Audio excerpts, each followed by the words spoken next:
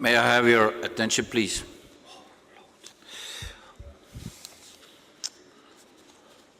Thank you.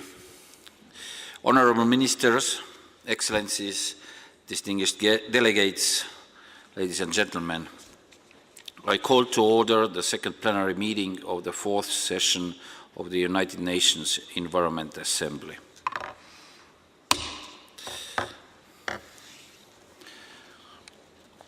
Ladies and gentlemen, each one of you is about to receive a small gift at your desks this afternoon. This is a small token from the Globe Tree, which is an accredited organization to UN Environment Programme, which works with children and youth on environmental issues. To kick off the commemoration of the UN Environment Programme's 50th anniversary, Globe Tree, in collaboration with children from all over the world, have created the Future Vessel.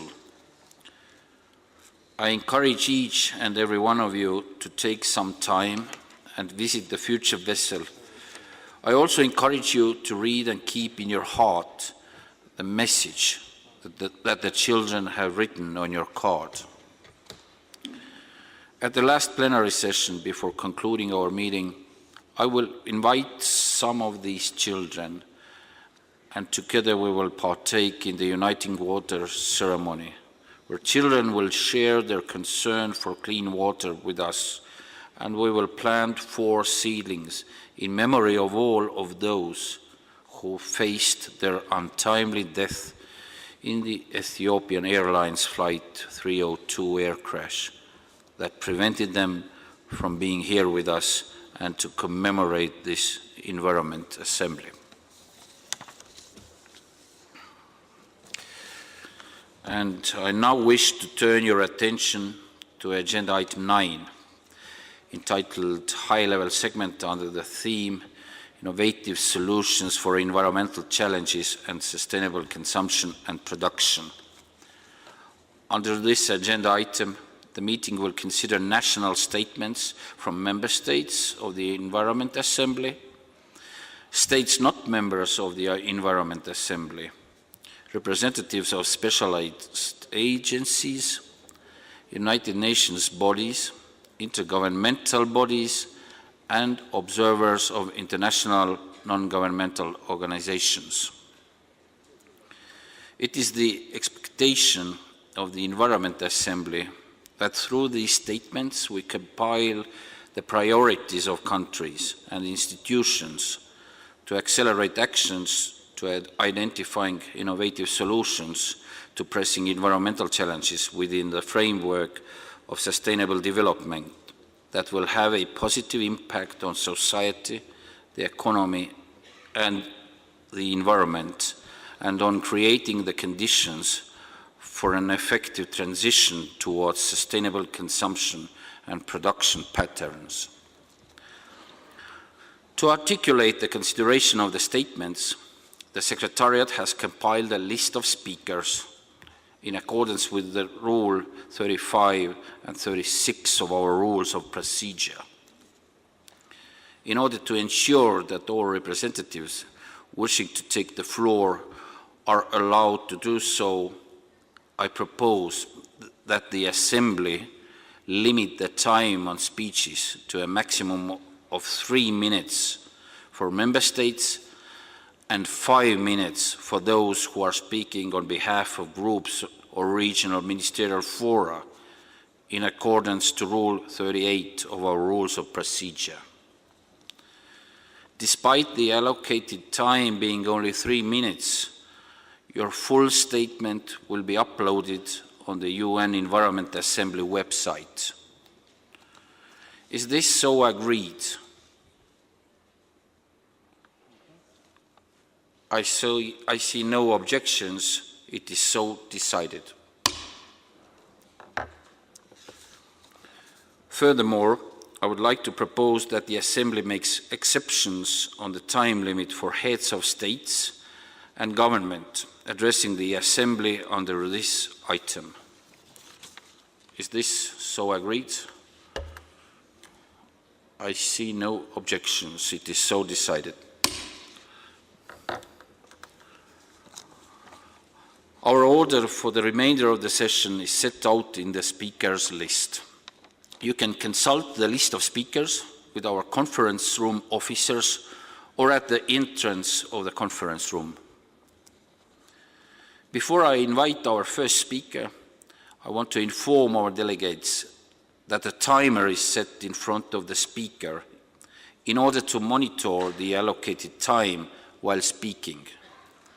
Secondly, the microphone will automatically turn off after the allotted speaker time and a small grace period.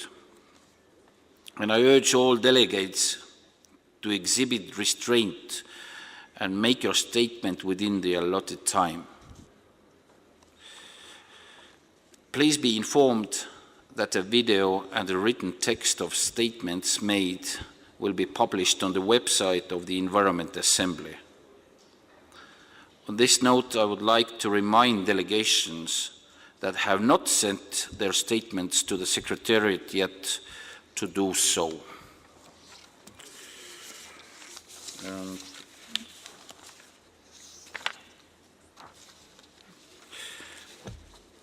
And dear colleagues, it's now my honor to invite His Excellency Mr. Sam Cheptoris, Minister for Water and Environment of Uganda.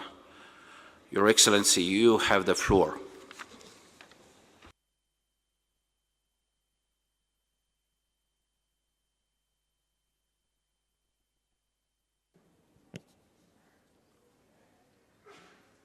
Mr. President, Excellencies, Acting Executive Director, distinguished delegates in your various capacities, ladies and gentlemen, Mr. President, I would like to thank you for the efforts that you have put in place in organizing this assembly. I thank the Gambian of Kenya for hosting UNEA. Mr. President, the theme for this conference, Innovative Solutions for Environmental Challenges and Sustainable Consumption and Production, should stimulate dialogue on how nations of the world can harness their knowledge, technologies, and promote behavioral change in reducing pressure on Mother Earth in respect to available resources and enhancing its carrying capacity. Excellencies, in my country, Uganda, we are taking all measures to fulfill our constitutional obligations on the right to a clean and a healthy environment for our people through deliberate strategic interventions. Recently, our President assented to a new National Environment Act to respond to emerging issues of resource efficiency, extended producer responsibility and liability, recycling and reuse, anti-littering, chemicals management, petroleum waste management, electronic waste management, payment for ecosystem service, among others. All these provisions are relevant to the theme of this assembly. A raft of appropriate regulations shall also shortly be rolled out. In addition, my government has been closely promoting the adoption of cleaner production methods in industrial establishments. The results have been tremendous for both industry and the environment. For instance, each of the 2 old cement factories saved over 22,000 metric tons per annum of cement that would have been emitted as dust into the air with disastrous effects to local communities. Sugar companies have also invested in new technologies and installed new effluent treatment plants through which waste is converted into energy and effluent used for irrigation. Similar actions have been adopted by the breweries.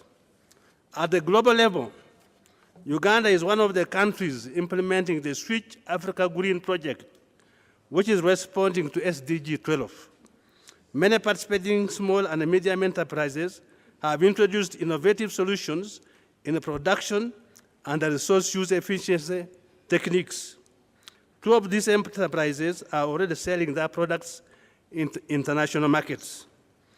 Other innovations in environmental management are being tried and are yielding good results in the areas of forestry and wetlands, and through a refund scheme, payment for ecosystem functions, and export promotion of derived products.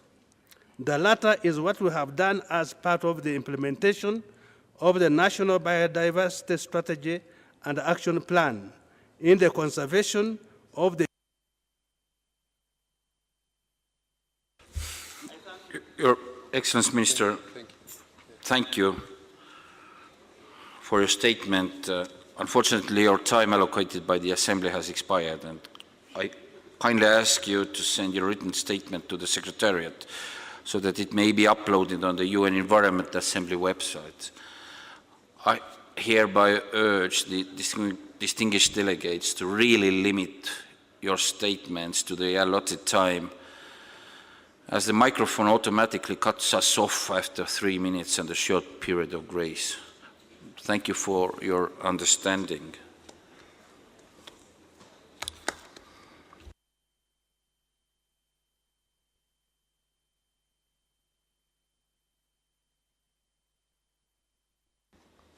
And now it's my honor to invite Her Excellency Ms. Paula Cristina Francisco, the Minister of Environment of Angola. Please, Your Excellency, the floor is yours.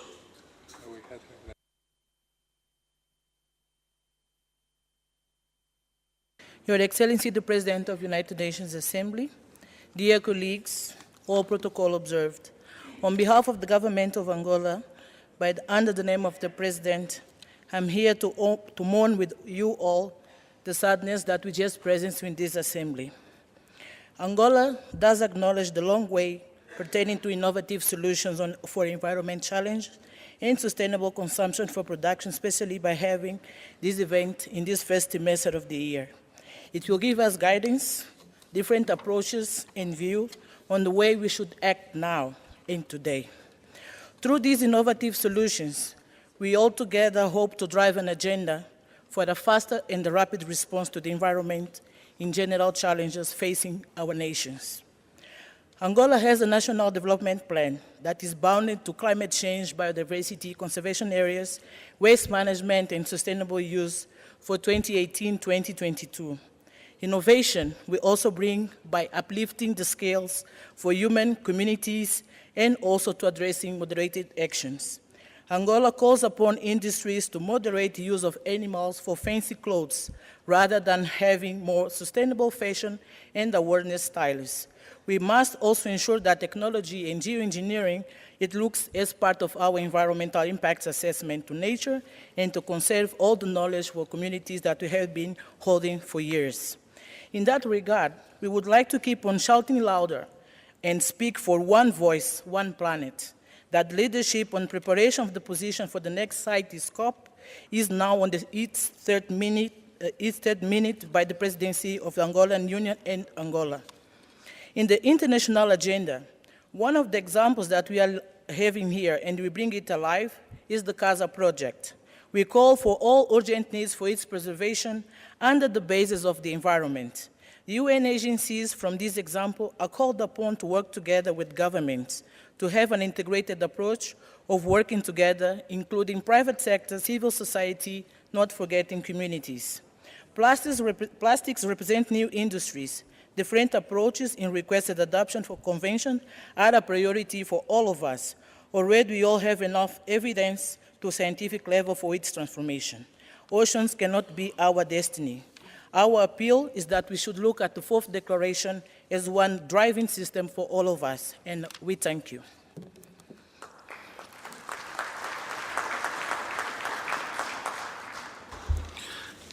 Thank you, Minister Francisco, for your statement.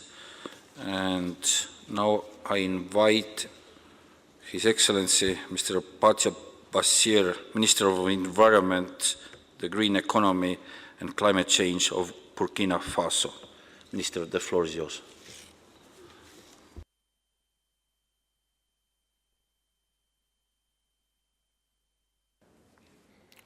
Monsieur le Président, Mr. President of the General Assembly for the Environment, Executive Director of UNEP, distinguished guests, I would like at the outset to thank you, Mr. President, for presiding over the work of this important session of the United Nations Environment Assembly, and to assure you of my delegation's support in carrying out your mandate successfully. I take this opportunity to reiterate our gratitude and sincere thanks to the government of Kenya for the warm and fraternal welcome and hospitality extended to us, as well as for the facilities provided to ensure the success of this session since our arrival here in Kenya. As was underscored in the concept note on the theme of this fourth session of the United Nations Environmental Assembly, to wit, innovative solutions are not goals, but rather means of addressing environmental challenges. There is therefore a need to place environmental protection at the center of socioeconomic development by aiming to change the economic models of society, by adapting our consumption and production patterns for the benefit of human well-being and the planet. This Assembly calls upon each member state, in keeping with the principle of common but differentiated responsibilities, to be fully involved in sustainable development. I would like to seize this opportunity to share with you the experience of institutional reforms initiated by my country to address the various pressures on key resources. This exercise led to the formulation of a national policy in terms of the green economy and climate change, in cooperation with all actors involved in the field. The definition and determination of such a national policy is also justified in light of the various developments which have taken place at international level and the common environmental policies and strategies at regional and sub-regional levels. The adoption of this policy is part and parcel of the vision to meet environmental challenges and ensures sustainable consumption and production in Burkina Faso. The following actions and initiatives have been taken, monitored and strengthened by Burkina Faso as part of this policy in order to develop and monitor the implementation of the 10-year plan of action on sustainable consumption and production in Burkina Faso, to raise awareness regarding the results of research and local experiences to stakeholders through the dissemination of innovative and sustainable solutions for the exploitation and processing of non-timber forest products, to promote clean, low-carbon technologies and the development of the carbon market, to promote green entrepreneurship, decent green jobs and trades, to promote environmental taxation and accountability, to further develop and raise awareness regarding legislation and regulations on adaptation and mitigation to climate change and on the sustainable use of products. My government is continuing its efforts with the support of development partners to strengthen the innovative actions already undertaken to address environmental challenges. Several organizations and associations are integrating the fight for the preservation of the environment in Burkina Faso through the various fields of action. By way of conclusion, the government of Burkina Faso remains wedded to providing adequate responses to the commitments that will be made at the end of this fourth session of the United Nations General Assembly for the Environment. This despite the many priorities and strong social demand which we are currently facing. I thank you.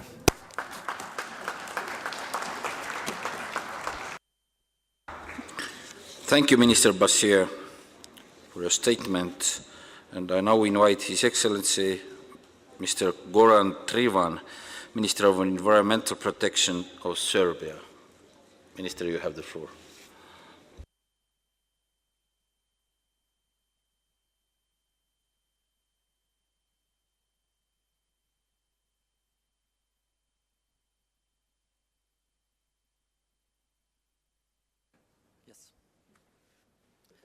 Once again, Mr. President, Your Excellencies, friend from Estonia, dear delegates, a couple of words.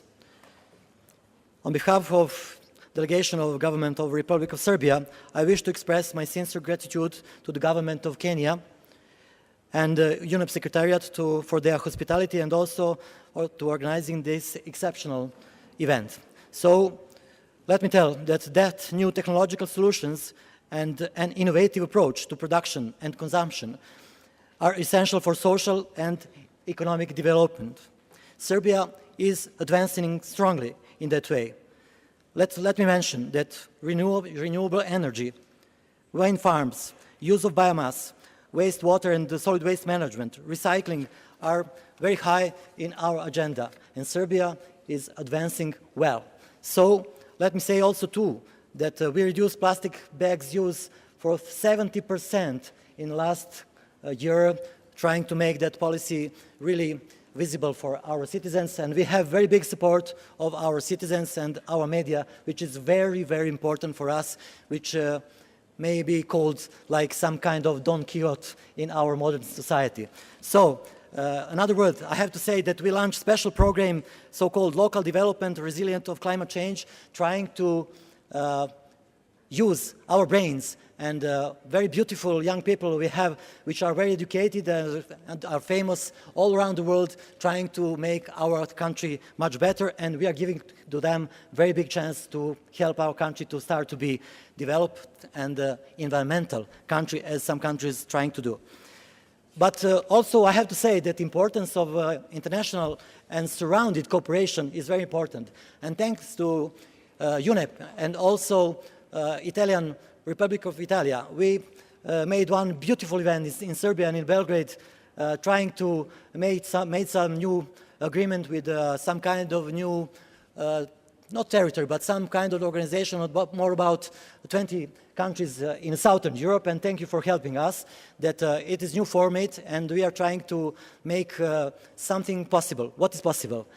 Some countries are not so developed like French, like Spanish country, Italian, and some other countries which are very well to help to other countries like mine is also. And we have adopted some agreements and some conclusions, and we are going to make that region much more interesting for environmental investing protection. So, nearly to the end, I have to say that the Republic of Serbia remains committed to achievement of two objectives relative to protection and improvement on the environment, as well as building a society whose economy and development will be environmentally responsible and sustainable. What do we have to do? We try to be creative and to include creativity in our process of developing in all society of Serbia. And let me tell just a couple of words. What are we willing to do? Except creativity.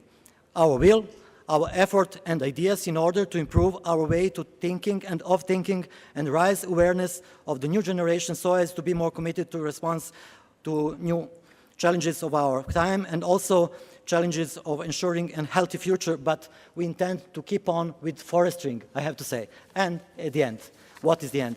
The end is that what we want to beautiful future, but whose future? But whose future is on the table? Only mankind or not? I believe that we are not talking about mankind, no. What about the future of all living creatures? What about their rights to live? What about our planet and also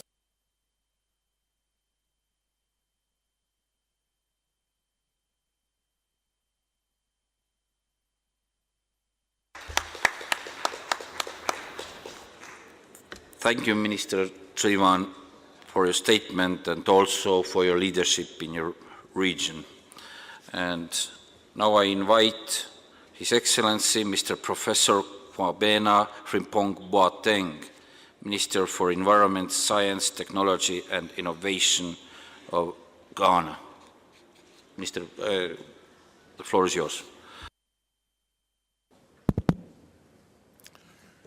Your Excellency, President of the UN Environment Assembly, distinguished delegates, ladies and gentlemen, Ghana has been on the path to sustainable consumption and production since 2010 and has developed strategies to apply science, technology, and innovation to reverse environmental deterioration and strengthen resilience to climate change. These decisions are embodied in our medium-term national development policy framework. Lessons from the SCP activities were fed into a green economy study which identified 3 sectors, namely forestry, agriculture, and energy, for transitioning into green economy with integrated waste management and the manufacturing sectors as cross-cutting issues.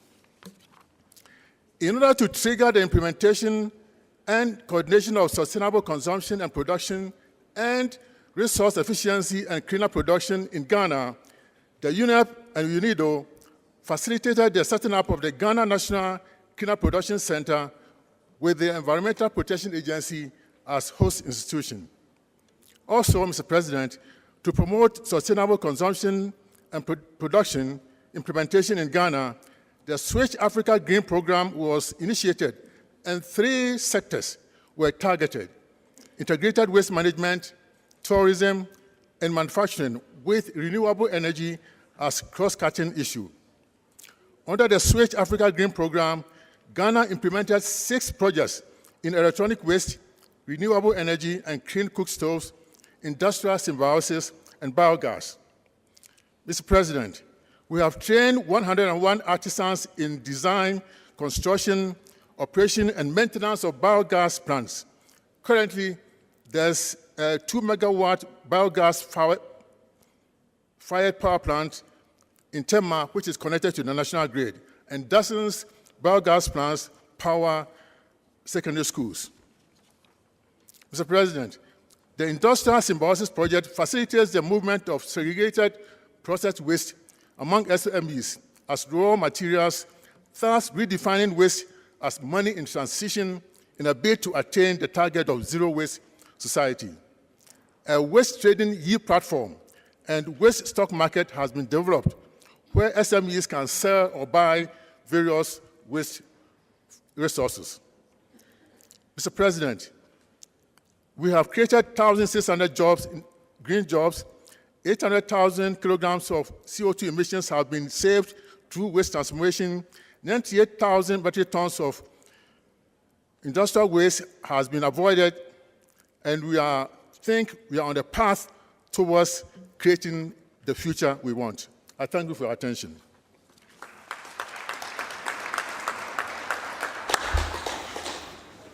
I thank you, Minister Frimpong Boateng, for a statement. And now I invite His Excellency Dr. Sabo Ojano, Secretary of State of Environment of Cambodia. The floor is yours.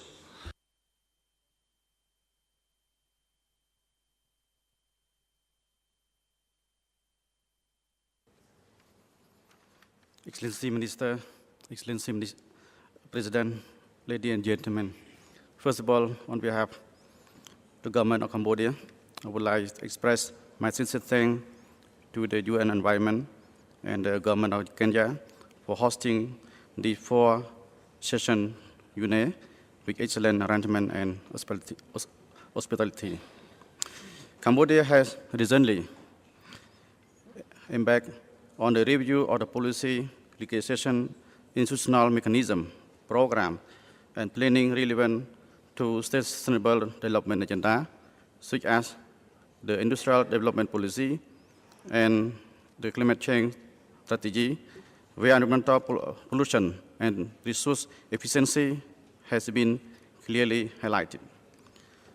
Cambodia is also decentralizing to tasks of environmental protection and natural resource management to the sub-national level for more efficient and effective management of resource and pollution control.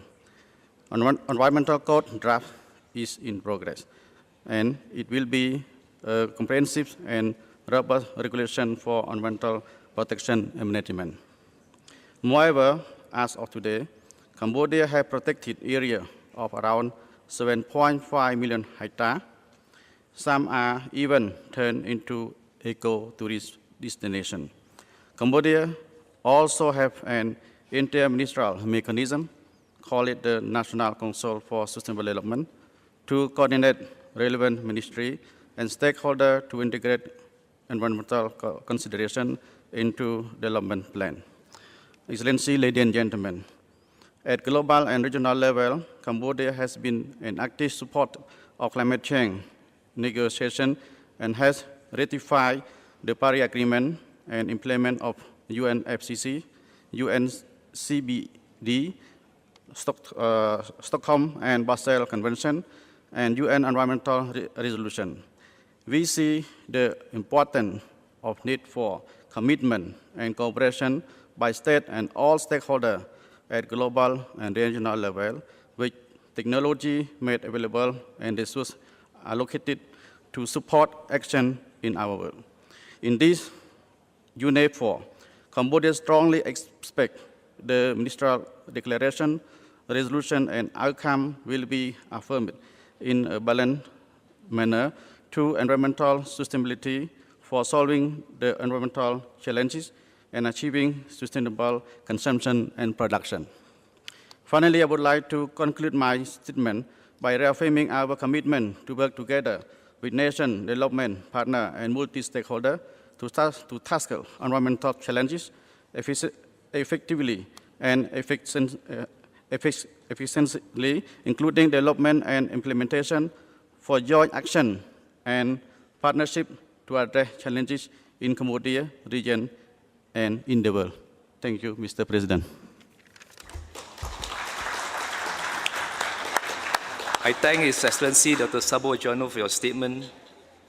May I now invite Her Excellency Ms. Bukam Varachit, Vice Minister of Natural Resources and Environment of the Lao People's Democratic Republic, to make a statement. You have the floor, ma'am. Mr. President, Excellencies, ladies and gentlemen, at the outset, on behalf of the Lao government, I would like to express our official support to the ministerial declaration of the 2019 UNEP4, and also reconfirm its strongly commitment to the further collaborating with the world community in implementing the provision contained in the ministerial declaration. Furthermore, we have also strong support to the GEO6 and SPM key messages in addressing and overcoming present and future challenges before us. This aims to bring tangible benefit to our planet. Mr. President, in the last 2 decades, the government of Laos has diligently implemented the provision contained in the MDGs, now SDG, in particularly into its own sustainable development agenda.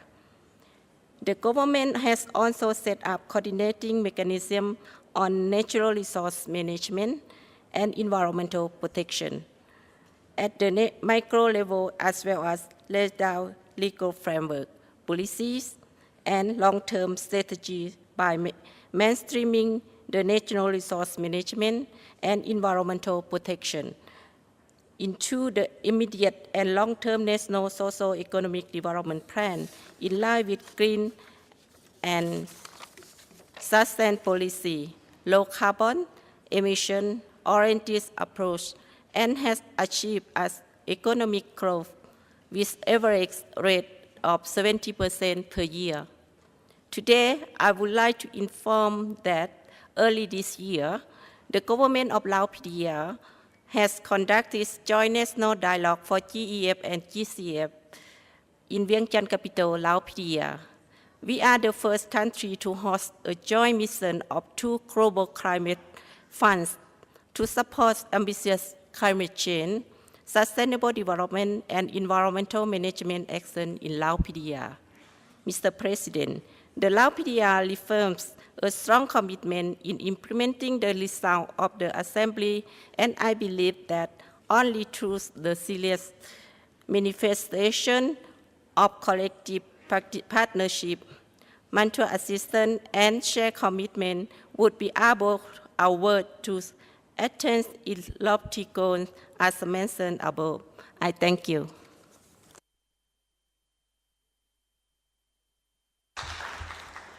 I thank Her Excellency Ms. Bokam Brochit for her statement.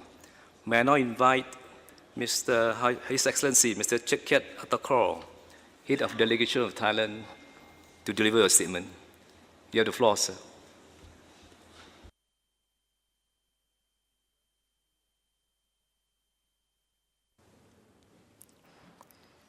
Mr. President, at the outset, I wish to extend my condolences to families and friends of those who lost their lives in the tragic event on Sunday. It is my great honor to attend this assembly. I believe that the outcome of this meeting will greatly contribute to international efforts in moving towards the achievement of the 2030 Agenda for Sustainable Development. Thailand has incorporated sustainable consumption and production into various national policy frameworks, including the establishment of 20 years roadmap, which aims to promote efficient use of resources and pollution reduction, as well as the launch of the Green Industry Mark program and the Green Public Procurement program. Plastic use reduction is a national agenda of Thailand. The 20 years roadmap for plastic waste management has been set up. An action plan has been drafted to ban single-use plastic bags and bottle capsules by 2022 and single-use plastic cups and straws by 2025. Thailand has also launched a campaign to reduce household plastic consumption. The campaign has resulted in a reduction of about 2.7 million plastic bags per day. On financing for green investment, the Environment Fund has supported local authorities across the country to conduct a waste separation at source program. We also support the development of green innovations and technologies, as well as mobilization of funding to promote efficient use of resources. Mr. President, Thailand's views that global and regional partnerships among stakeholders are important for successful implementation of sustainable consumption and production. Last year, Thailand joined UNEP's Clean Seas campaign to clean up the oceans with commitments against marine litter and plastic pollution. As the chair of ASEAN for this year, we hosted a special ASEAN ministerial meeting on marine debris last Tuesday, which produced the framework of action on marine debris. We also hosted last week the regional 3R Forum in Asia and the Pacific.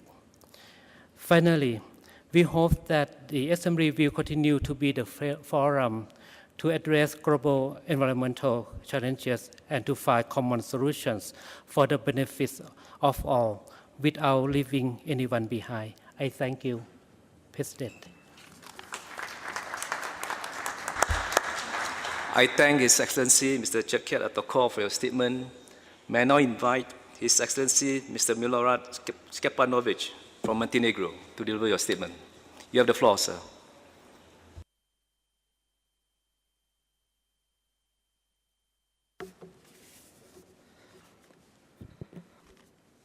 Mr. Chairman, Excellencies, ladies and gentlemen, please allow me to express Montenegro's appreciation for UNEA's continual efforts to strengthen the voice of the environment and the environmental pillar of the 2030 UN Agenda of Sustainable Development. UN Environment must continue to have a prominent and irreplaceable role in changing our habits and choices in the management of natural, human, and social resources, as well as in producing goods and services. Our actions must ensure that economic performances are not reduced, but on the contrary, the resource efficiency and productivity, innovations, job creation, environmentally sound technologies, and sustainable consumption and production practices are fostered. This should be achieved primarily by decreasing the anthropogenic pressures on natural resources, whilst providing an interface between a healthy environment and healthy people. In that context, on behalf of the government of Montenegro, I am looking forward to the adoption of the ministerial declaration of the 4th session of UNEA and commitment of all of us to the associated successive processes this document will impose. However, to ensure its measurable positive impact in Southeast Europe, there is a need for urgent action to accommodate the outcomes of the recently organized Ministerial Conference on Innovative Solutions to Pollution, in particular to the establishment of a UN environmental sub-regional presence. Consequently, Montenegro is calling for these needs to be addressed in the proposed program of work and budget for the biennium 2020-2021, addressing the growing environmental and development challenges whilst making our responses more effective is impossible unless UN environment sub-regional presence is provided. With the aim of paving a path towards clean and innovative solutions, Montenegro would like to express the support for the following issues. Mindful of the importance of achieving the objectives of the implementation plan towards a pollution-free planet, Montenegro is calling for action from all member states, UN environment, and its institutional setup at regional and sub-regional levels so as to ensure its effective implementation. Montenegro firmly supports the proposed resolution related to the 6th Global Environmental Outlook report in the firm belief that the adoption of GEO6 will turn into the backbone that allows UN environment to fulfill its mandate, functions, and responsibilities. We are pleased to express our satisfaction at the appreciation demonstrated for our national positions. Concurrently, we are pointing out the tremendous and irreplaceable role of the UN Environment Mediterranean Action Plan and Barcelona Convention in providing holistic and integrated monitoring and assessment of the marine environment in Mediterranean, bearing in mind the irreplaceable contribution of women to the sustainable development of Montenegro, as well as the great results showed to women's leadership at the regional and global scales aimed at conservation and the sustainable use of natural resources. Montenegro supports UN environment's efforts aimed at pursuing gender equality and women's empowerment. By expressing the expectation that the UNEA 4 outcomes will advance the implementation of innovative technology solutions, synergies, and partnership for healthy and perspective ecosystem and sustainable livelihoods, I would like to conclude by wishing all of us productive work. I thank you. I thank His Excellency Mr. Milorad Kepanovic for your statement. May I now invite Dr. Sun Woo, Head of Delegation of Myanmar, to deliver your statement. You have the floor.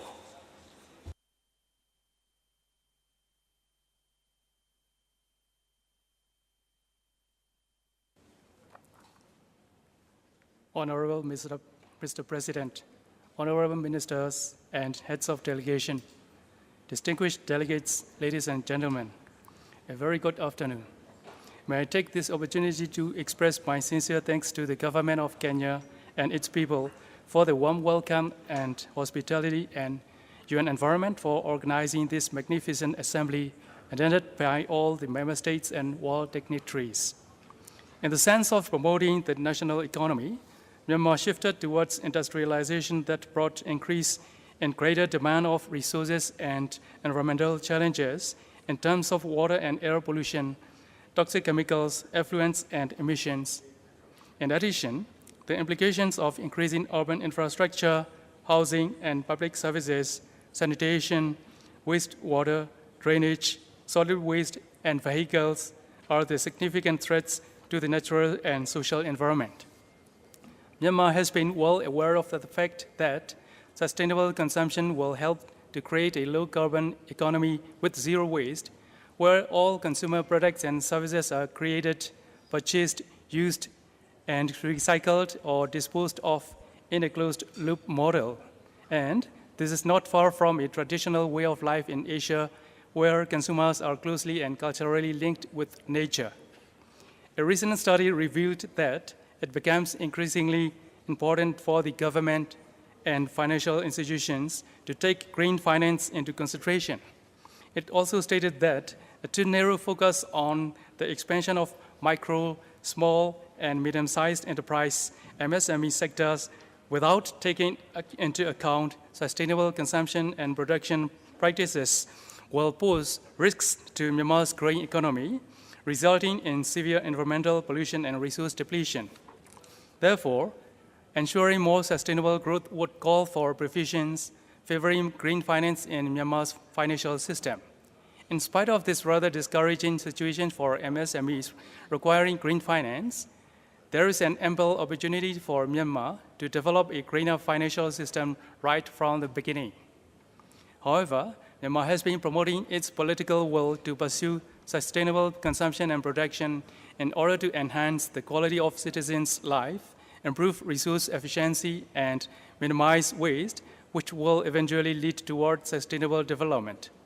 A good example in Myanmar is Smart Myanmar project supported by European Union under the Switch Asia program, which actively promotes and supports the sustainable production of garments, striving to increase the international competitiveness of MSMEs in this sector. Its expected results include reduction in waste generation, energy consumption, and water consumption. In conclusion, I would like to express my profound thanks to the UN Environment, UN Secretariat, and all the delegates from each and every member country attending this assembly, and look forward to partnering with all of you to achieve the Sustainable Development Goals and environmental sustainability all over the world. Thank you. I thank Dr. Sandu for your statement. May I now invite Her Excellency Dr. Sosan Alani, Head of Delegation of the Syrian Arab Republic, to take the floor.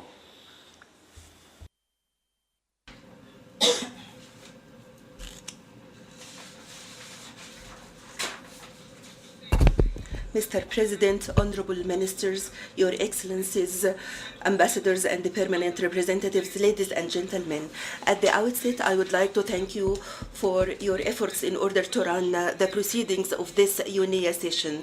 Mr. President, in fact, we are facing exceptional circumstances as a result of the war against it since 2011, as well as the international coalition which is destroying our environmental and infrastructures. Therefore, we have allocated a large part of our revenues in order to face these extraordinary circumstances. Mr. President, the terrorist systematic operations against Syria have their adverse impact on the environment. The terrorist ISIS groups are refining oil in the areas under their control. This has led to the pollution of water, air, and soil resources in large areas. It has also affected the consumption and the production of oil and its derivatives to a large extent, let alone the unexploded wastes and the mines left behind by terrorist organizations in the regions restored by the Syrian state and are now under our control. And in fact, I would like to remind all of you of the efforts exerted by the Syrian army in fighting terrorism and the terrorist activities that led to the destruction of the environment and the loss of biodiversity, while striving to protect our heritage, cultural and historical places. Mr. President, the global terrorist war against Syria is accompanied by a halt of all environmental programs and projects funded by international organizations, thus impacting not only the environmental, economic and the social development, but also affecting the government efforts to protect the environment and implement national plans and strategy. And Mr. President, these programs were stopped and we couldn't implement our national plans. And in fact, we have stopped the solid waste management program, which has led to the widespread of rodents and the outbreak of diseases such as leishmania. Although the Arab Republic of Syria has taken great strides in the eradication of a number of diseases and completed 90% of children vaccination scheme. Mr. President, in fact, we are only 11 years away from achieving the 2030 agenda. However, the unilateral and the coercive economic measures imposed by some countries and the entities against the Arab Republic of Syria since 2011 until today represent an obstacle to achieve the 2030 agenda. The continuation of such measures is the main challenge facing the national efforts by the Syrian government to fulfill its commitments of the protection of the environment. Therefore, such circumstances strengthened our belief to make sustainable development as our national priority. Therefore, we are looking forward to restoring the foundations of sustainable development at all levels through the restoration of all service systems within the institutional frameworks. However, this is subject to the international commitment in order to provide Syria with technical and financial support, transfer of technology, and capacity building. In conclusion, and in view of the mentioned situation, in fact, we need the technical support of the UNEP in order to provide the state-of-the-art technology and the technical expertise to enable us to implement the Sustainable Development Goals. Thank you, Mr. President. I thank Her Excellency Dr. Sultan Al-Alani for your statement. May I now invite His Excellency Dr. Sulaiman Arabiat, Head of Delegation of Jordan, to deliver your statement. You have the floor, sir.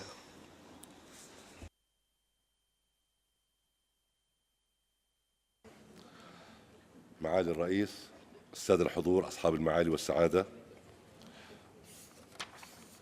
Excellencies, ladies and gentlemen,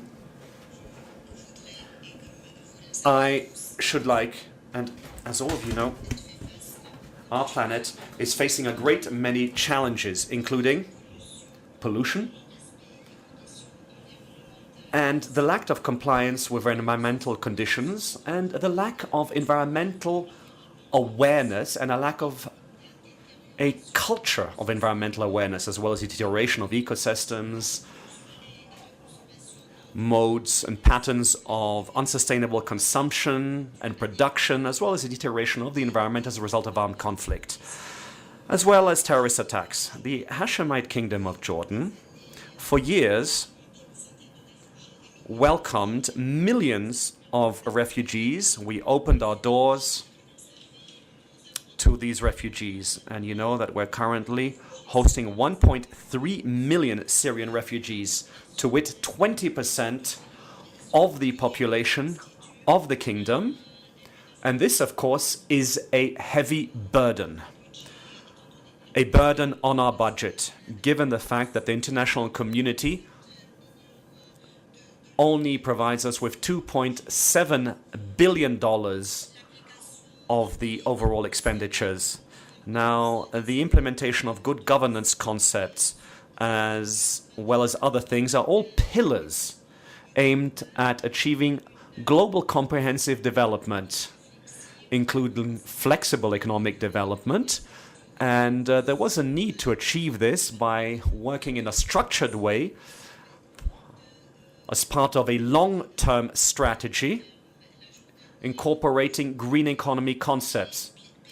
Jordan has always been amongst the leading countries in the region and internationally in terms of sustainable development. We were also amongst the first to implement the principles underpinning the green economy and encouraging green modes of sustainable production and consumption.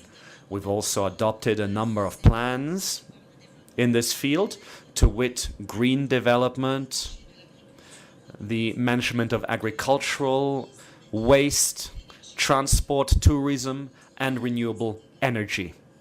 I would like here to underscore that the Hashemite Kingdom recently hosted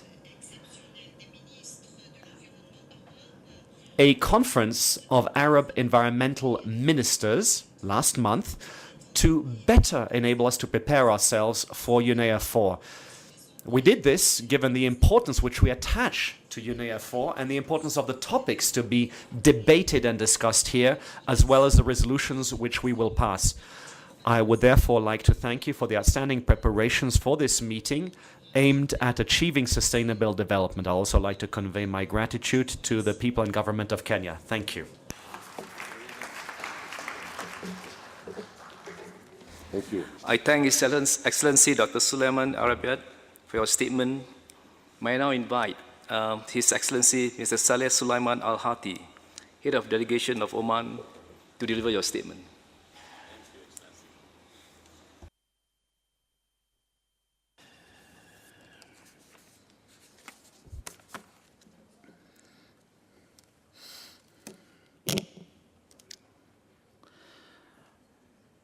معالي السيد رئيس الجلسة. Excellencies, Mr. President, Excellencies, Head of Delegations, ladies and gentlemen, may the peace of God be upon you. I should like at the outset to congratulate and thank the Kenyan government for the very warm welcome extended to all the delegations present here. I'd also like to thank UNEP for the outstanding preparations for the work of this session. The Sultanate of Oman focuses on global warming, climate change, as well as its negative impact on the economy and health, all of which have been confirmed by a number of intergovernmental reports on climate change, all of which reaffirm the very negative impact all of this is having on health throughout the world. All the regions of the world suffer from the impact of climate change. We have flooding, we have drought, desertification, all of which is accompanied by very negative consequences, and all of this has been backed by studies which have been carried out recently. They all underscore the challenges which the world faces. The Sultanate of Oman has implemented a national strategy for adaptation and mitigation in our various economic sectors to face up to the very negative impacts of climate change.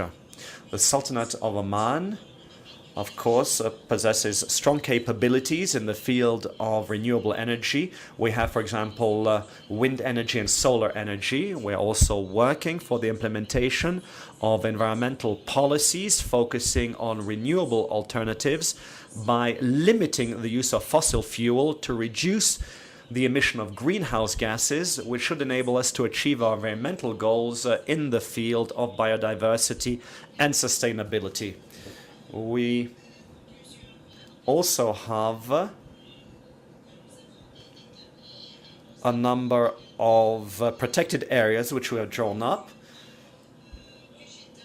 and we have increased our vegetation cover to fight against desertification and to preserve the environment of the Sultanate of Oman and to preserve life in this region, including the elimination of plastic waste, and this in partnership with the private sector as well as with the public sector.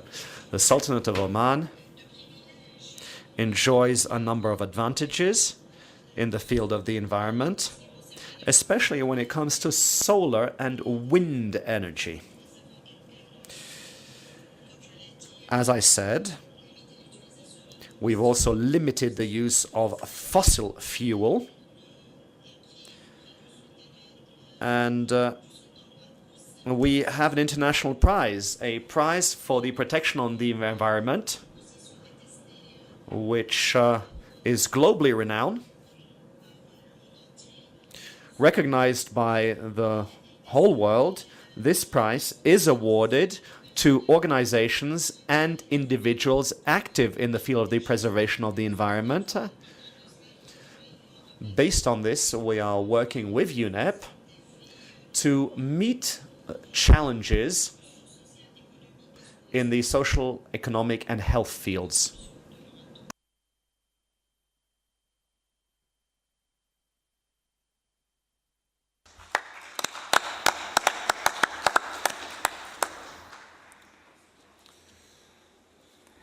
I thank His Excellency, Mr. Saleh Sulaiman Al-Houthi, for your statement.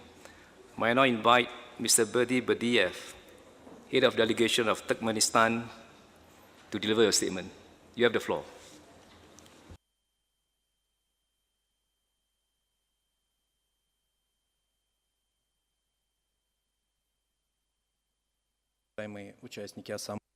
Participants of this assembly, ladies and gentlemen, allow me out the outset to, on behalf of the delegation of Turkmenistan, extend our heartfelt condolences following the tragic events which took place on the 10th of March. I'm referring to the crash of the 737 from Addis Ababa to Nairobi, and which claimed over 170 lives. We wish to extend our condolences to the bereaved families and friends of those who suffered. The protection of the environment, the preservation of the beauty and wealth of our world for succeeding generations is part and parcel of the environmental policy of the government of Turkmenistan. One of the key priorities in the protection of the environment is to ensure that the economy continues to grow with the rational use of environmental resources to create the necessary living conditions for the people of Turkmenistan and to consolidate the objectives of sustainable development. As the President of Turkmenistan, Goran Mohammed, who spoke at the Rio +20 summit, in each of the fields of the document adopted by the UN, our country has been successful, and we have experience which is needed both at regional and international levels. As you know, the topics which are to be reviewed in 2019 include things such as the fight against climate change. Now, in keeping with existing action aimed at mitigating the consequences of climate change, what is important is to ensure close cooperation in the field of the protection of the environment in such a vulnerable region as Central Asia, including on issues such as the saving of the Aral Sea. It is clear that the topicality of the Aral Sea transcends the borders of Central Asia, and there is therefore the need to create a sound foundation for intergovernmental cooperation with the active participation with eminent international organizations. UN agencies are included here, including UNEP. This is the objective of Turkmenistan's initiative to develop a special UN program for the preservation of the Aral Sea with a comprehensive approach to the Aral Sea crisis with broad participation of all interested parties. A good, sound legal basis for this is the consensus adoption in 2018 of the General Resolution on cooperation between the United Nations and in the International Fund for the Preservation of the Aral Sea. New momentum for cooperation in this field was achieved as a result of last August's summit of heads of state, which set up the International Fund for the Preservation of the Aral Sea for the years 2018 to 2019 under the chairmanship of Turkmenistan. The fund, with the involvement of national experts as well as international partners, prepared a concept for the fourth program of action to provide assistance to states of the Aral Sea basin, and active work is underway for a regional plan of action for the protection of the environment and the sustainable development in Central Asia. The protection of the Caspian Sea is also another issue which transcends the borders of Central Asia. Now, there is a need to combine economic interests with real cooperation in the field of energy use for the preservation of the biodiversity of the Caspian Seas. All of these issues will be discussed during the course of the first Caspian Economic Forum, which will take place in April on the shores of the Caspian Sea.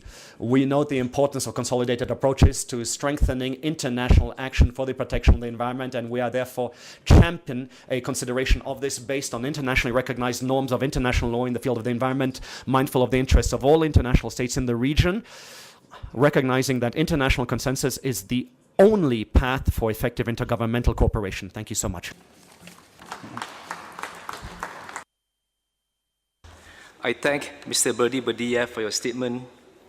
May I now invite His Excellency Mr. Kenneth Makelo Lusaka, President of the Senate of Kenya, representing the International Parliamentary Union, to deliver your statement.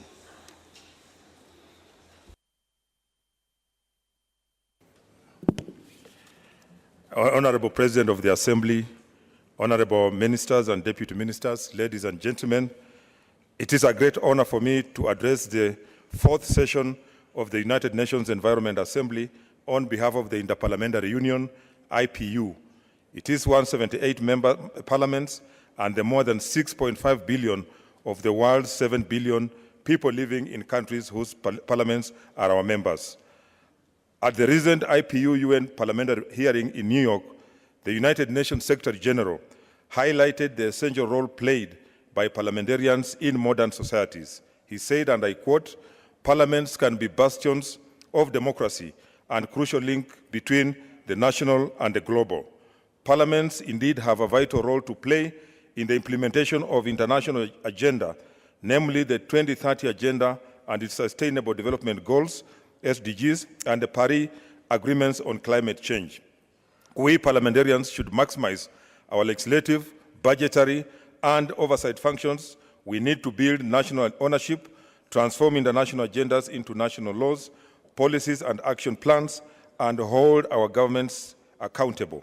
In order to do so, we should enhance cooperation and partnership to share information and best practice experiences on a regional and global scale. Ladies and gentlemen, the time for parliamentarians to take stronger and more concerted action to respond to climate change is now. The time for we at the IPU are very pleased to see that our members are actively engaging with the international climate change agenda, particularly in the implementation of the Paris Agreement. It was already back in 2016 when the IPU member parliaments adopted Parliamentary Action Plan on Climate Change, and at that, and most recently at the IPU Assembly in October 2018, members adopted an emergency resolution entitled Climate Change, Let Us Not Cross the Line. Yet, whilst there have been positive developments, there is still a compelling need to address the key challenges and parliaments face in their response to climate change and environmental degradation. In what ways can they strengthen oversight of implementation of climate legislation and enhance transparency and accountability? How can they ensure consistency between legislation and other societal goals, namely poverty reduction, gender equality, and disaster risk reduction? How can parliaments make sure that no one is left behind? It is important parliaments engage in this reflection to help sustainable development and stabilizing the global climate become a reality. We at the IPU are very pleased to be partnering with the UN Environment to provide support and assistance to parliaments as they come to grips with these important questions. Last year, this partnership was officially recognized in a memorandum of understanding. In the agreement, we agreed to work together to promote the institutionalization and mainstreaming of the international development and climate change agendas. In order to achieve this, the IPU and UN Environment are engaging in various joint activities that focus on capacity building for parliamentarians, developing knowledge and honing skills, and facilitating dialogues and international exchange. In particular, the IPU and UN Environment are currently working with 4 African countries to provide technical assistance in the area of climate change through a series of pilot workshops aimed at areas of parliament engagement that are most conducive to the national implementation of the Paris Agreement. I look forward to continuing the excellent cooperation between our 2 organizations. I thank you. I thank His Excellency Dr. Kenneth Makelo Lusaka for your statement. May I now invite Mr. David R. Boyd, Special Rapporteur for Human Rights and Environment, to deliver his statement. You have the floor.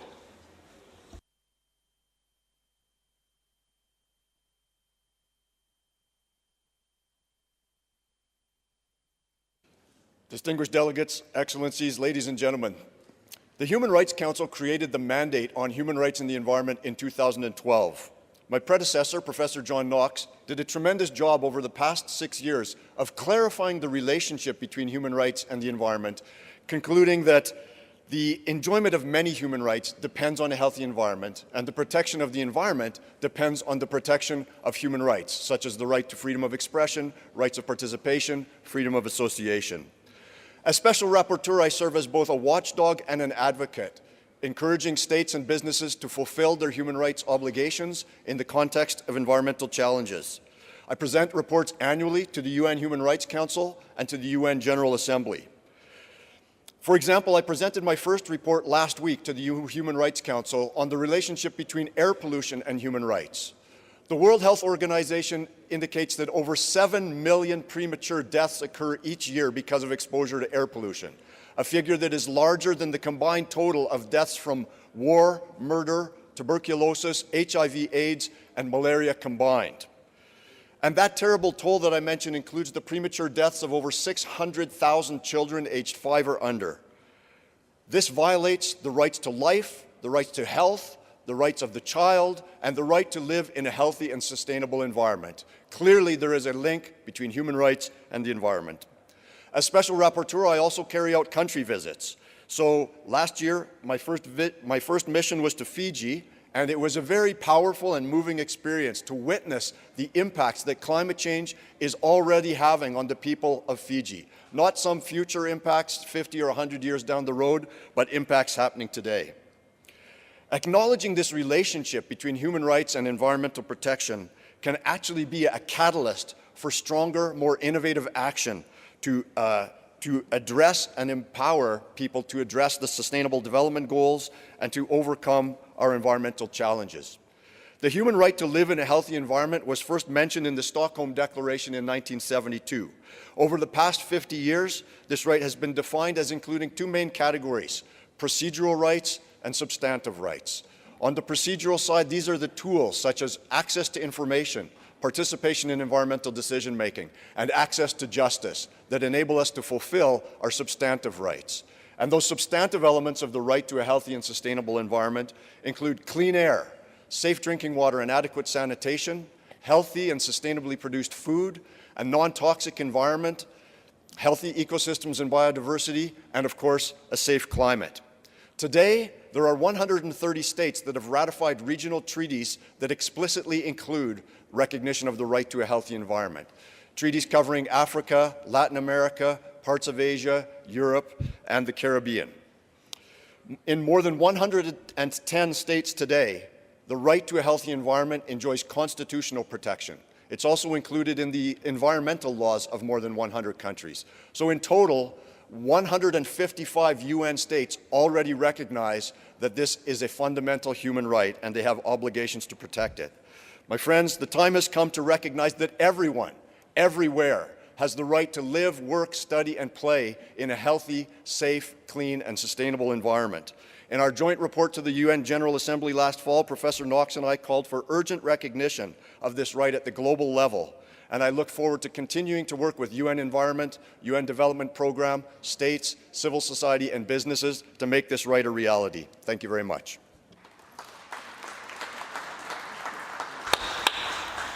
I thank Mr. David R. Boyd for your statement. May I now invite Mr. Hari Krishnan Tulsidas of the UN Economic Commission for Europe to deliver his statement.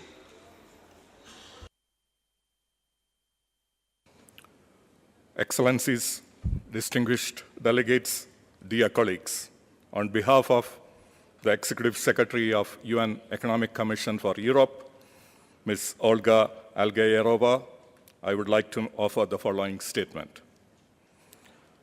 UNSC develops and deploys innovative solutions for addressing environmental challenges and sustainable consumption and production in a holistic manner. We have organized ourselves in 4 nexus areas to better fulfill our mandate to support the attainment of SDGs. The 4 nexus areas are sustainable use of natural resources, sustainable and smart cities, sustainable mobility and smart connectivity, and measuring and monitoring of the SDGs. For its region, UNECE services multilateral environmental agreements such as Convention on Long-Range Transboundary Air Pollution and the Industrial Accidents Convention. Some of our instruments are open for global accession from all UN member states, such as the Helsinki Convention on Protection and Use of Transboundary Watercourses and International Lakes, to which Chad and Senegal has acceded in 2018, and the ESPO Convention on Environmental Impact Assessment, and the Harhes Convention on Access to Information, Public Participation in Decision-Making, and Access to Justice in Environmental Matters. These instruments are platforms to exchange knowledge and discuss innovative solutions for environmental challenges and sustainable consumption and production. We invite all of you to participate. In addition, UNECE develops and services and updates legal instruments and recommendations addressing the harmonization of classification and labeling criteria of chemicals, as well as applicable transport conditions for all modes of transport. These mechanisms are implemented worldwide and contribute to the safe management of chemicals through their life cycle, from production, storage, transport, workplace to consumer use. We also develop and implement in close collaboration with business sector standards and innovative solutions to advance transparency and traceability of value chains for circular economy in agri-food, fishery, clothing sector, including through piloting of blockchain applications. We have developed framework guidelines for energy efficiency standards in buildings, a framework for sustainable resource management, and a series of best practices guidances to reduce environmental footprint to fossil energy. We will look forward to supporting the outcomes of UNEA4 and implementing them in our region. We wish you successful deliberations. Thank you very much. I thank Mr. Harikrishna Tulsidas for your statement. May I now invite Ms. Monica Stankiewicz, Executive Secretary of the Helsinki Commission, to deliver her statement. Excellencies, distinguished participants, please accept my heartfelt condolences to the families of the victims of the plane crash in Ethiopia. I would like to express my gratitude to the government of Kenya and UNEP for hosting and organizing the meeting. The Baltic Marine Environment Protection Commission, or HELCOM, works to achieve a healthy marine environment in the Baltic Sea and to ensure the sustainable use of its resources. HELCOM is based on a regional convention. The contracting parties are Denmark, Estonia, Finland, Germany, Latvia, Lithuania, Poland, Russia, Sweden, and European Union. HELCOM, like its sister organizations around the world, united under the UNEP's Regional Seas Program, are a bridge between global commitments and the national action. The Baltic Sea countries are already implementing an ambitious and comprehensive regional program of measures for the healthy Baltic Sea called the Baltic Sea Action Plan. Likewise, among the latest global assessments, the recent HELCOM Holistic Assessment reveals that the status of the marine environment of our sea continues to be unsatisfactory. Recovery is not yet sufficient to achieve the ecological goals and objectives we have set to ourselves. The assessment also shows that the impaired status of the marine environment impacts the welfare of citizens in a concrete way. For example, losses in recreational values in the Baltic Sea due to deterioration of the marine environment are estimated to be up to 2 billion euros annually.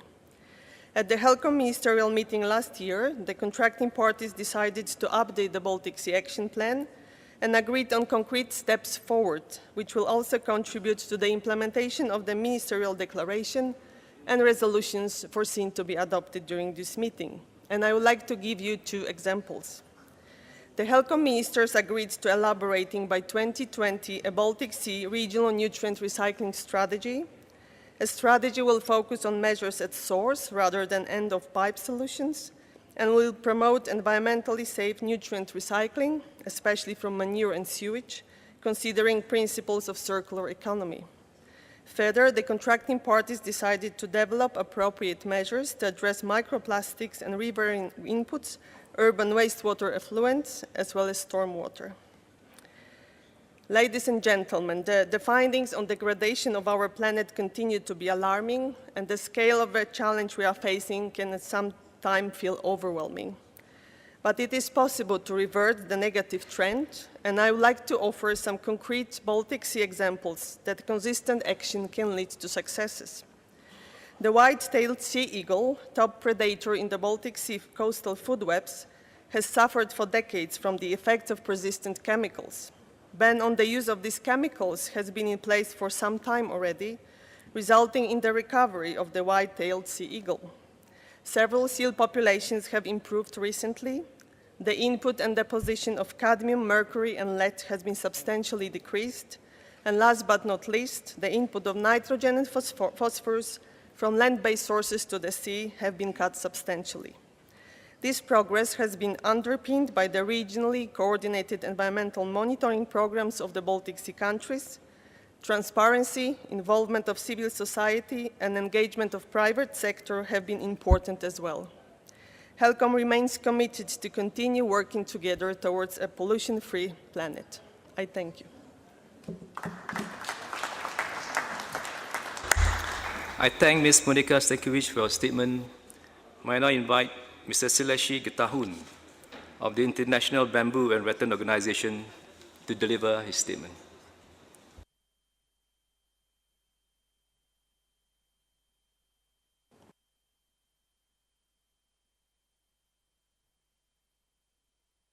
Mr. President, honorable delegates, ladies and gentlemen, on behalf of the Board of Trustees of International Bamboo and Rattan Organization, I am honored to make a speech at this important meeting gathering that discuss on global agenda of environment. IMBAR is an intergovernmental organization which promotes the use of bamboo and rattan for environmentally sustainable development and green growth. Currently, it has 55 member countries, most of which are from the Global South. The Secretariat headquarters is in Beijing and has regional offices in 5 countries of the Global South, including India, Ghana, Ethiopia, Cameroon, and Ecuador. IMBAR's priority is to work with countries to focus on the use of bamboo and rattan as strategic resources that support sustainable development and their green economy action plans, and its unique setup makes IMBAR an important representative for members. With 45 members from the Global South, IMBAR has played an essentially strong role in promoting South-South cooperation for the last 22 years.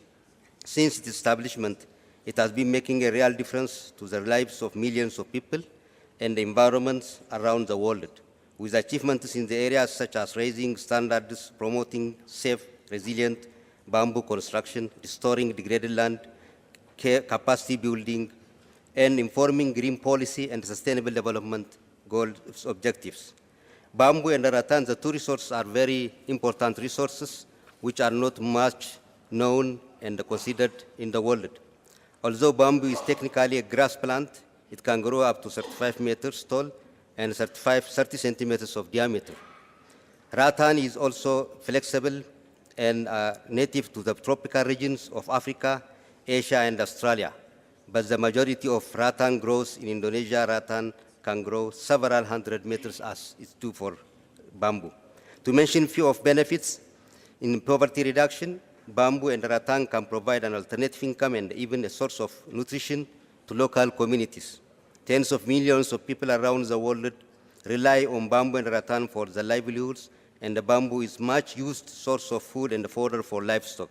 If seen in the value of chains, millions of poor can benefit, including cultivators, through direct sale, the retailers and the transporters of culms, micro and small enterprises, and handicrafts, large-scale industrial producing products.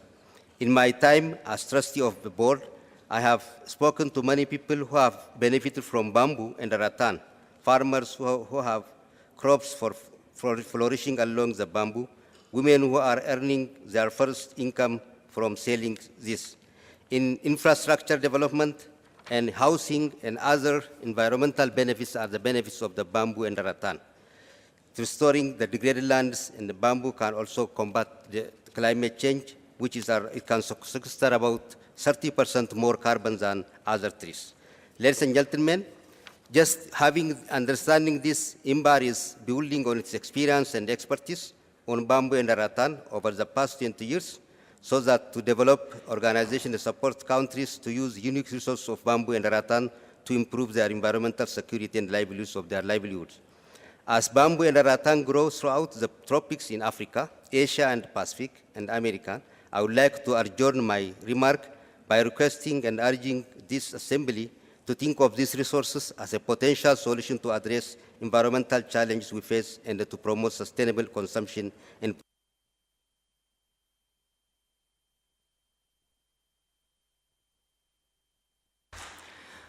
I thank Mr. Sileshi Getahun for your statement.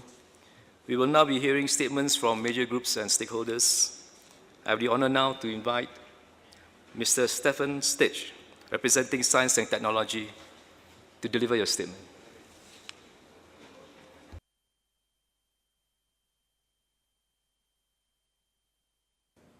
Thank you, Chair. Distinguished delegates, colleagues, ladies and gentlemen, The major groups and stakeholders selected us to go first because the theme of the United Nations Environment Assembly highlights the important role that the Science and Technology Major Group plays in UNEA's work. Science and technology are fundamental in the shift away from our current unsustainable way of production and consumption. New approaches to transforming consumption and production patterns are needed, approaches that address consumption and production as part of cultural, economic, and political systems, and that promote accountability of different stakeholders. This implies a renewed focus on human and ecological well-being that requires new infrastructure designs and deep reforms in governance arrangements, corporate accountability and responsibility, financial institutions, sustainable lifestyles, economic models, and business practices to build social capital, equity, and trust. We emphasize the value of scientific exchange and rapid technology transfer from the global north to south. In addition, south-south mobility of scientists and engineers is vital to promote the exchange of experience and capacity that will benefit all parties and work towards gender parity in science and technology fields. In today's interconnected world, science is increasingly working in partnership with concerned citizens to increase scale and resolution through the growing field of citizen science.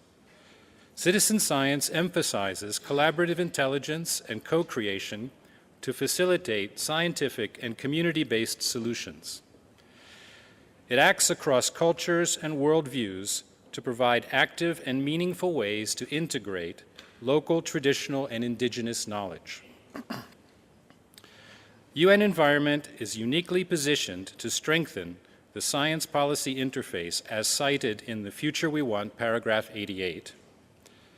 And the Science Policy Business Forum can be a driving force in ensuring that the science policy interface is strengthened globally. However, we were disappointed in the forum's lack of cooperation with the major groups and stakeholders this time, while acknowledging the efforts of the UNEP chief scientist to improve the situation. We call on UNEP to guarantee that representatives of the science and technology and business major groups are included in all future organizing committees of the forum. The Science and Technology Major Group continues to strongly support the GEO process, Global Chemicals Outlook, and similar global assessments. We welcome the spirit of cooperation expressed by the Chief Scientist of UNEP and look forward to this additional avenue for cooperation. We support the resolution with the working title Environment Under Review about the GEO report and fully expect the future assessment processes to include representation from major groups and stakeholders, including on the proposed steering group for GEO7 in accordance with the principles approved in Resolution UNEA 1/4. Finally, the critical role of the scientific community cannot be overemphasized in supporting the building of a sustainable global community. We count on UNEA for the full engagement of the global scientific community, including scientists from the developing world and citizen science, so that no scientist is left behind. The scientific and technological community stands ready to work with future UNEAs and with UNEP in the spirit of trust and mutually supportive collaboration. Thank you very much for your attention. Thank you, Mr. Stephen Stech, for your statement. May I now invite Mr. James Donovan, representing business and industry, to deliver your statement.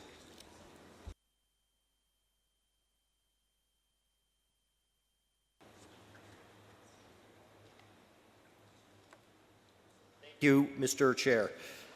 Distinguished delegates, ladies and gentlemen, my name is Jim Donovan. I have the honor of representing the Business and Industry Major Group attending this meeting. Firstly, we'd like to pay tribute to the victims of the Ethiopian air accident, so many of whom were UN colleagues coming here. Let us never forget them with our collective and committed action on behalf of the environment. Business and industry supports cooperative, effective action and building bridges to advance innovation and sustainable consumption in all areas that have been discussed over the course of the 2019 Global Major Groups and Stakeholders Forum. We wish to align with the major groups' common statement on the importance of advancing innovative solutions and the sustainable consumption production, engaging all sectors of society in a meaningful and impactful way. Ways to advance environmental protection and on the need to protect environmental and human rights defenders. For that reason, we welcome the systems-based approach in focus at the UNEA 4 relating to energy, food, waste systems. For business, each of these areas requires a thorough contextualization of all sources, with the attention to creating and enabling policy for innovation, private sector investment, management options, and a full review of economic, social, employment circumstances to each one. Business and industry continues to regard the 17 SDGs as the best working blueprint of integrated objectives for the environment, social, development, and economic policy and actions. The businesses of every sector all over the world have begun to adopt the SDGs for their policies, actions, and business plans. Business and industry favors a balanced circular economy approach, value and supply chain-oriented options, and would favor a full and inclusive assessment and dialogue about a wide range of options available to tackle sustainable consumption and production, including and in connection with addressing plastic waste. We underscore the importance of simulating dynamic innovation while seeking pragmatic options via life cycle analysis and reflecting the possibilities of substitution and reformulation where economically viable options exist. In closing, we reiterate the argument for the need for sustainable consumption and the smarter use of resources is clear and powerful. We all know this. The question is, where do we go from here? The call to action: we need to have and implement a practical, systems-based response through cooperative action and partnership with governments, business stakeholders, science, and United Nations environmental programs. Business and industry stands ready to be an innovative partner in this journey. Ladies and gentlemen, we're all in this together. Let us create the future we want. Thank you. Thank you, Mr. James Donovan, for your statement. May I now invite Mr. Wally Haider, representing farmers, to deliver his statement.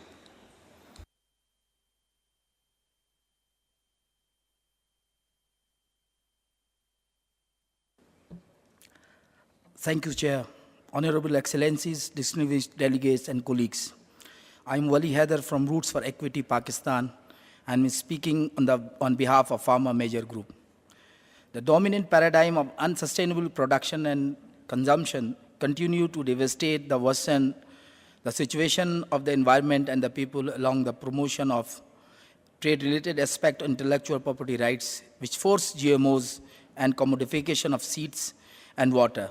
This crisis is further compounded by unattainable land grabs by transnational corporations. This is manifest in the crisis in food, climate, environmental degradation, reduced biodiversity, depleted natural resources, and increasing violation of people's rights and exacerbating inequality. The industrial model of agriculture production, the previous subsidies in the agriculture sectors are destroying the sources of livelihood of a small-scale food producer and their communities, resulting in hunger and forced migration. To tackle the challenges we are facing in nourishing a growing global population and ensuring food sovereignty required innovations. People-centered and community solutions and innovations are appropriate technologies that protect the environment, promote sustainability, community ownership, social solidarity, and mutuality and based on development justice. Innovative solutions that make a difference in people's lives are often not technological, but social innovations, linked with traditional practice and based on indigenous and local knowledge systems. Dimensions of environment, economy, and society, the three pillars of sustainable development, are all taken into account in people's solutions and community innovations towards sustainable consumption and production. It is proven that in food production, agroecology as a practice based on constant innovation of farmers, a science and a social movement, is known to improve soil, protect health and the environment, improve livelihood, and increase household income.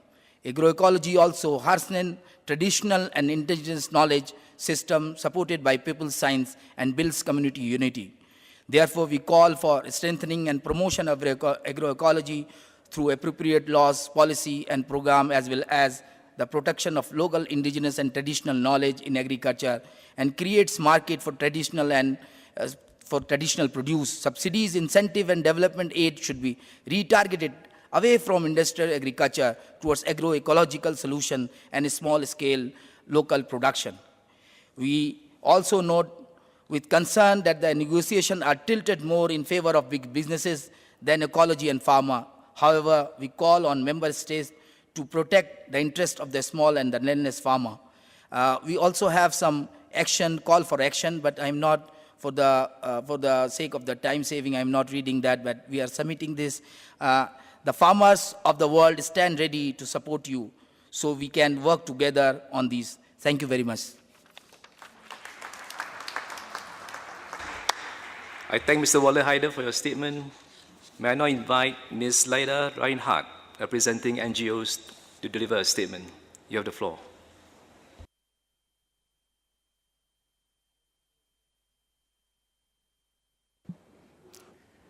Thank you, Mr. Chair, for giving us the floor. My name is Leila Reinhardt, and I'm speaking on behalf of the major group of the NGOs. Distinguished delegates, as we approach the midway point of this UNEA, which should solve some of the most complex and urgent issues facing our planet today, we get quite concerned by the lack of ambition in this room. I would also like to remind you all that if you choose to hold a public office, your duty is also to represent the public interest. We are witnessing regression in language accepted in formal UN texts. Language agreed in the CBD and Paris Agreement should not be undermined. Rio+20's outcome document strongly restated the principle of non-regression, yet we have seen states seeking to systematically weaken previous agreed language on gender equality, deforestation, and on human and environmental rights. This will damage the credibility of this process and the whole UN process, the whole UN system. We are concerned that scientific evidence presented in flagship reports by the GEO and IPCC is being omitted.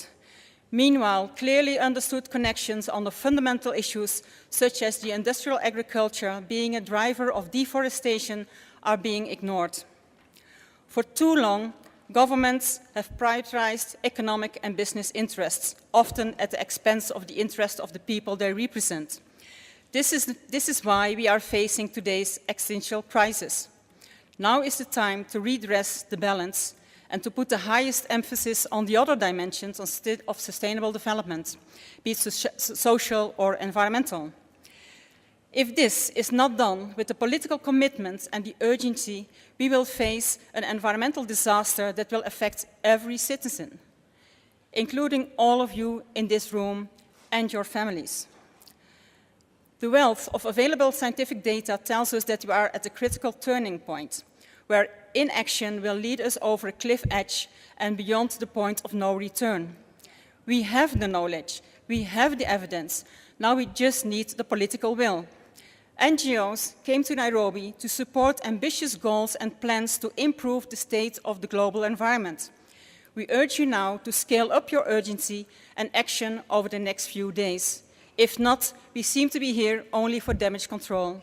Thank you for your attention. I thank Ms. Leila Reinhardt for your statement. May I now invite Ms. Damaris Uja, representing women, to deliver a statement.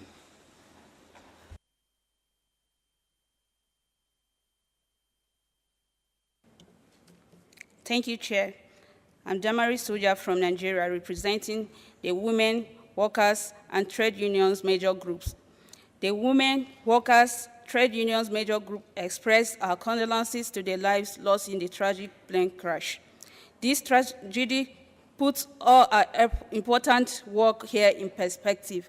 How each life is valuable, just like our everyday environmental human rights defenders across the world, who are often invisible and voiceless. We commend those governments that have supported the very first resolution on gender equality and human rights and empowerment of women and girls in environmental governance. We keep our hopes that this will be a groundbreaking opportunity for women, especially women human rights and environmental defenders. They are at the forefront of providing solutions to many environmental problems. We call on member states to actively support the pure and meaningful participation of women in all decision-making processes beyond this resolution. As noted by UN Women, at this rate, it will take us until 2037 to reach gender equality at UNIAS. We remind you that Rio 20 calls for the principles of non-regression. Still, we continue to see with concern how certain countries do not respect this principle in almost every resolution. It is not just about counting numbers or words or resolutions. It's about human rights. It's about our lives. We caution that we still need to implement the Rio 20 urgent actions on unsustainable patterns of production and consumption. After 3 years, we are still in urgent need of binding policy frameworks that hold government and polluting companies accountable for their actions. After 3 years, there has been almost no improvement in the planetary health at any level. We don't want to see more greenwashing of dirty businesses. Technological fixes such as geoengineering threaten to cause even more harm to our depleted environment. We need real transformation that includes social innovation, inclusive of indigenous and traditional knowledge that respect precautionary principles. We need a just transition. We need decent jobs in a living planet. We also call for serious attention to our prayer and meaningful participation, which keeps being threatened. The Executive Director's speech on the future we want exposes the participation of major groups and stakeholders at every level is chronically underfunded. We would like to remind member states of their commitment to ensure the active participation of all relevant stakeholders, promote transparency and effective management of civil society. Women and workers and people from all over the world continue to suffer from the impact of failed policies and lack of action in effectively tackling climate change, air, soil, and water pollution, and unsustainable consumption and production. For instance, more than half of the world's population menstruates. We need environmental policies and guidelines that promote menstrual rights without causing environmental degradation. We remind you that there is great responsibility to the work you do and the outcomes of this meeting. We count on you to not only take note of environmental and human threats, but to take action, stop following this unsustainable production, adopt gender-responsive and socially inclusive resolutions that will bring the real solutions we need. Thank you. I thank Ms. Dabarasuja for your statement. I now invite Ms. Sabina Siankoi, representing Indigenous people, to deliver your statement. You have the floor.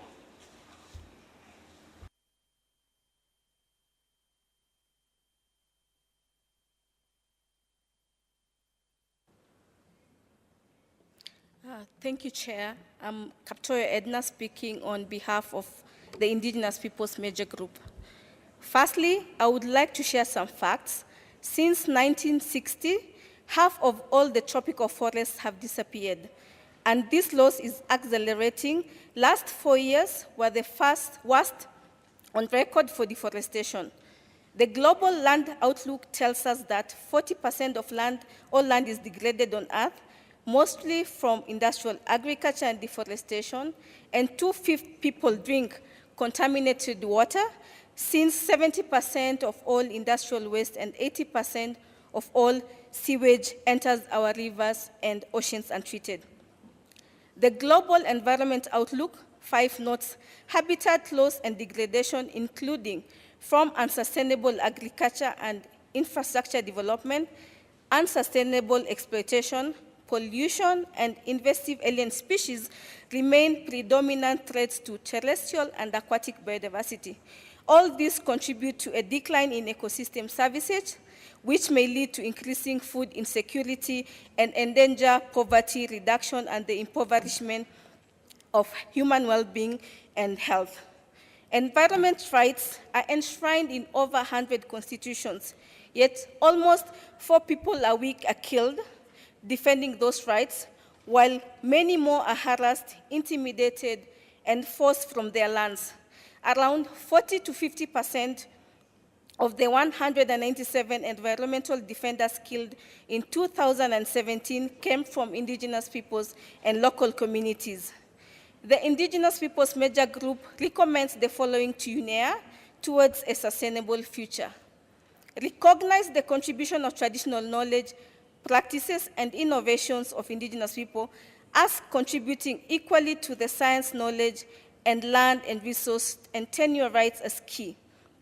Recognize sustainable resource management systems of indigenous people and integrate these as essential elements in addressing reductions in greenhouse gas emissions, plastics and chemical pollution, loss of biodiversity and other environmental stresses, and in achieving sustainable development for all. We strongly call for the inclusion of participation and recognition of indigenous peoples' traditional knowledge and indicators in the global assessment reporting, including in the preparation of future global environment outlook assessment. Traditional knowledge and indicators can be instrumental in monitoring and setting indicators to address unsustainable consumption and production issues from indigenous perspective. Take action to ensure the protection of environmental defenders and the establishment of effective redress mechanisms and rights-based approach to guarantee the accountability of human rights violators, including the private sector. We urge members to address the systemic causes of a sustainable way of consumption and production and its linkage to economic domination and adverse social impacts, marginalization, and disempowerment of the majority, including indigenous people. Finally, we would like to recommend that the UN Environment consider making and creating a dedicated fund within the UN system to make it possible for the full, effective, and meaningful participation of indigenous peoples and local communities in the process of UNEA. UNEA 4 is a significant opportunity for us, indigenous peoples, to share, learn, and engage in decision-making that directly and indirectly affects our lives. We welcome the focus theme, Innovative Solutions for Environment Challenges and Sustainable Consumption and Production. We have a lot to contribute as change agents. Recognizing and ensuring rights to a healthy environment is fundamental and is the right step towards transformative change. In conclusion, we congratulate Ms. Inga Anderson, appointment as the new UNEP Executive Director, and acknowledge our commitment to work together. We also would like to thank the UN civil society team for their support and cooperation, including Alexander Juras and the rest. Thank you. I thank Ms. Sabina Siangkoi for your statement.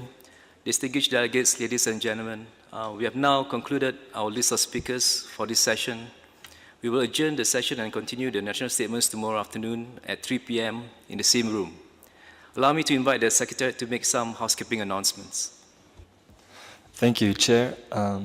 We'd just like to inform everyone that the statements are being put online, the video as well as the written statements on the UNEA website. I think the statements of yesterday are online, and we will work hard to put the statements of today online tomorrow. Thank you. Thank you, Secretariat.